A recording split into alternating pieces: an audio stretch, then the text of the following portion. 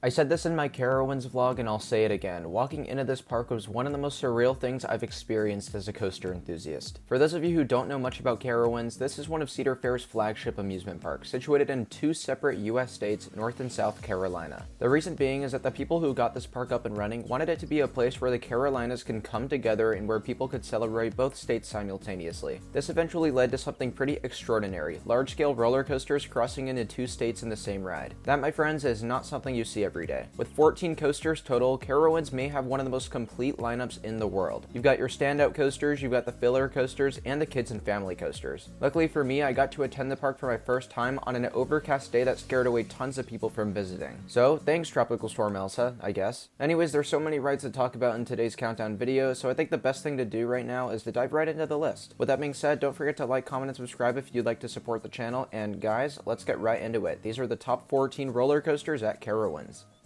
Number 14, Wilderness Run. So this is a ride that adults technically should not be riding. There is a sign out in front of the entrance that says guests over a certain height cannot ride unless they have a younger rider with them. But being the credit whore that I am, I asked the ride operator if he could let me and my group on since, you know, we're enthusiasts from out of state, and to our surprise, he was perfectly fine with it. Knowing we'd for sure be getting on all 14 coasters at that point was very rewarding, but the ride was honestly a fun kids coaster also. Built by ENF Myler, this small scale attraction has a couple of little bunny hills that actually do deliver some okay airtime. But shouts out to the ride up who let us ride Wilderness Run, and shout out to the ride itself for being relatively fun because not all kiddie coasters are, to be honest.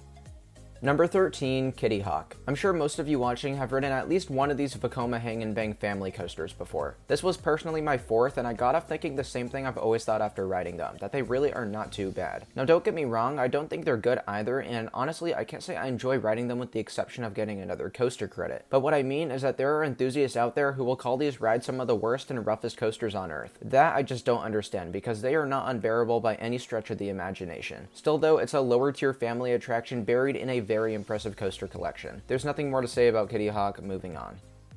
Number 12, Ricochet. When anyone mentions a Wild Mouse roller coaster, Ricochet at Carowinds immediately comes to mind. This isn't because it's one of the better ones, but because it's honestly super basic and stereotypical. Built by Mock Rides, one of the bigger producers of modern Wild Mouse coasters, this one doesn't stand out with a big drop in the beginning, nor does it go over the top with laterals or give a rough ride. Matter of fact, it's pretty smooth for its ride genre, so when I say basic or stereotypical, don't take it as a bad thing. There are plenty of not so good Wild Mice out there, so even a standard one's going to be pretty enjoyable. This is a good family ride, but there's really nothing more I can say about it. Number 11, Woodstock Express. Between this, the King's Dominion version, and the Canada's Wonderland iteration, this is my favorite one. I don't know what it is about Carowinds' Woodstock Express coaster, but it runs very smooth and very fun. I find this ride to be so enjoyable, to be honest, even more so than the other versions of the ride. So there's your little comparison segment. This is the perfect coaster for kids at the park, and I'm almost certain that anyone who rides it will be able to get at least a little bit of enjoyment out of it. It's smooth, it has a tad bit of airtime, and a tad bit of laterals. What's not to love? Number 10, Carolina Goldrusher. I mentioned how Ricochet was a super basic Wild Mouse coaster, and to complement it, Carolina Goldrusher might be the most standard aero mine train I can think of. This is not a super thrilling ride. I think just about any age group can experience it, and it's not going to blow you out of the water either. But with that said, I honestly do really enjoy these mine trains because aero isn't around anymore to carry on the legacy of the ride model. So I do appreciate the fact that this ride is still here at the park, even if it isn't too much of a great one. At the end of the day, it's still a mine train, and I've got to cherish that. Number 9, Flying Cobras. I'll be honest, for a Vekoma boomerang with vest restraints, this is a pretty bad ride. I mean, like all boomerangs, I still appreciate the intensity and positive G's, but you can't take away the roughness on this one. Sure, there's a lack of headbanging because of the upgraded restraints, but you'd also think that the ones with those restraints would get extra TLC. In the case of Flying Cobras, this is not very correct, and this honestly turned out to be one of my least favorite boomerangs I've ridden. That's not to say that I necessarily hated the ride. After all, I did rank it higher than the past 5 rides, but it's not too good, and it's certainly not anything special. Number 8, Carolina Cyclone. Here's another pretty average old school looper, built by Aerodynamics. I didn't think this coaster was especially rough or uncomfortable, but its layout paled in comparison to most other Aeros I've ridden. Even compared to Canyon Blaster at the Adventure Dome, which has a virtually identical first half, it's just not a very good coaster. But it's also not a very bad coaster, and I do appreciate that it's still around because, like I said earlier, I do cherish my rides on these Aero classics. I will say also, I love that the park added Vortex's old trains from Kings Island onto this thing. Obviously, I never got to experience Vortex at that park, so I was just glad to be a part of its continued history. It was truly an awesome idea to repurpose its old trains. So I mean, this isn't a bad ride, but it's not a good one either. That's ultimately my conclusion on Carolina Cyclone. Number 7, Hurler. Now before I even talk about this coaster, I wanted to say right off the bat that I rode in the very front, so my experience could have been skewed or better than it should have been. I say this because of the sheer amount of hate this ride receives, but me and my entire group thought it was a decent coaster overall. I found that it ran very smoothly and had a couple good pops of floater airtime in the first half. Unfortunately, it does start to die out mid-ride as it just doesn't have the speed and pacing to fulfill an equally as good second half. But as much as I thought my experience was solid, there's no denying that Hurler would be the perfect iBox conversion. They already pulled the plug on King's Dominion's Hurler, and that turned out to be immensely successful, so I think it would be crazy for Carowinds to not at least consider this opportunity sometime in the future. With that being said, this is an overhated ride as is, and I look forward to seeing what happens in its future because I'm sure the park will take advantage of a hybrid conversion at some point. Number 6, Vortex. Here's another significantly overhated ride that gets hate for who knows what reason. You guys call this rough? Vortex is the smoothest of all the B&M stand-ups I've experienced, and I've been on the vast majority of the ones continuously operating. While I have always really enjoyed the genre of coaster, it seems that many enthusiasts do not have the same things to say about them. Let me tell you though, Vortex especially is one of those rides that gets destroyed on social media for being a flat-out awful ride. But I personally didn't get it. I thought it was intense, very smooth, and not any more uncomfortable than the other stand-ups. But hey, we all got those coasters that we don't get the hate for, and along with Vortex, the next spot on this list is going to stir up quite a bit of controversy in the comments. Number 5, Nighthawk. This ride is awesome, I said it, and I stand by the same thing for the other Flying Dutchman coaster I've ridden, Batwing at Six Flags America. Like Vortex, I just wanted to say that this is not a rough ride at all. I do not understand why so many enthusiasts tear this ride apart for that. But it being smoother than I expected is not the only reason why I enjoyed Nighthawk. I thought it was forceful, had an equally awesome flying sensation as the B&M Flyers, and was generally overhated in just about every regard. What I will agree with is that the restraints are very weird and bulky, and honestly the trains themselves have me questioning how these two Flying Dutchman coasters are able to consistently run. But anyways, this is one of the most underrated coasters I've ever ridden. You heard it here first. It's up to you guys if you want to agree or not, but that's just my opinion.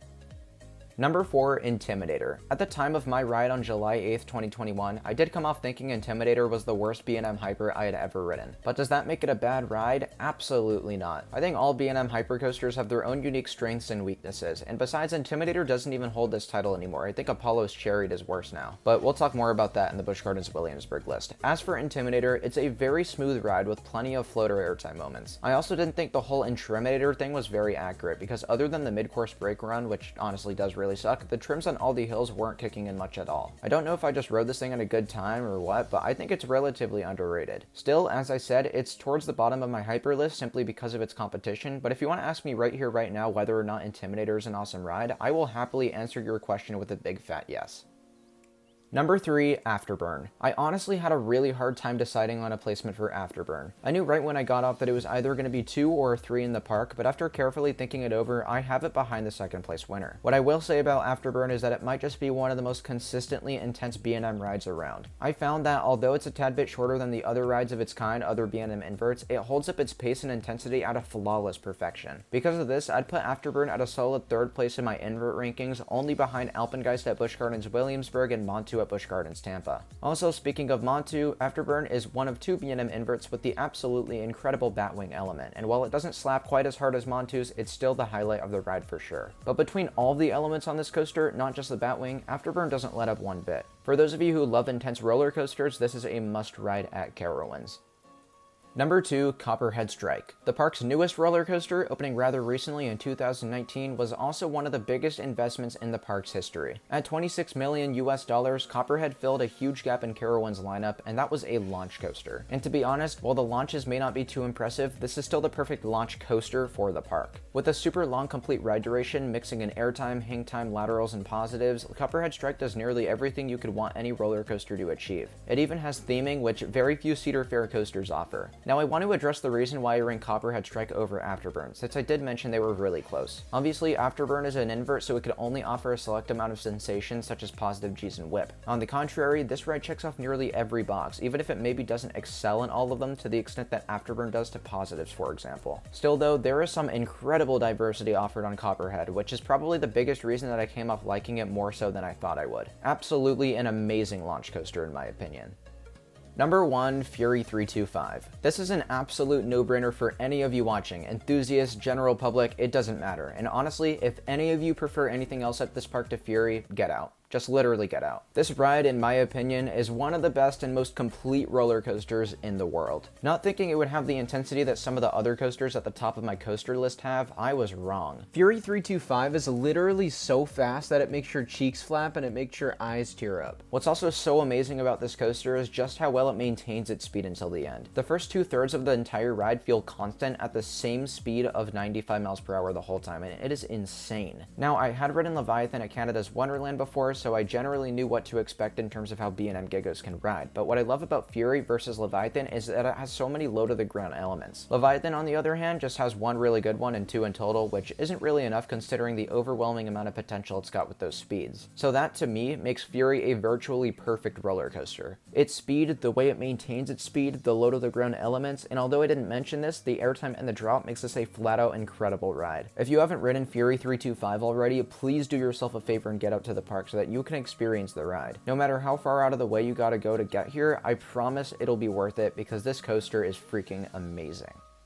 And with that, we have finally made it to the end of a rather long list of coasters. The truth is, Carowinds has one of the best coaster collections of any park in the world, and by watching this video, I'm sure you can agree now. They really do have a coaster for everyone here, and because of this, I think all of you watching should make it a point to visit Carowinds at some point in the near future. For those of you who have visited this park before, I'd love to hear how you'd rank the rides here, and I'd also like to hear about just individual coasters by themselves. I'd also appreciate it if you could leave a like and subscribe to the channel, as it's the best way to show your support. But with that being said, I applaud you guys for making it to the end. Thank you so much for watching, and I'll see you very, very soon. Take care, everyone.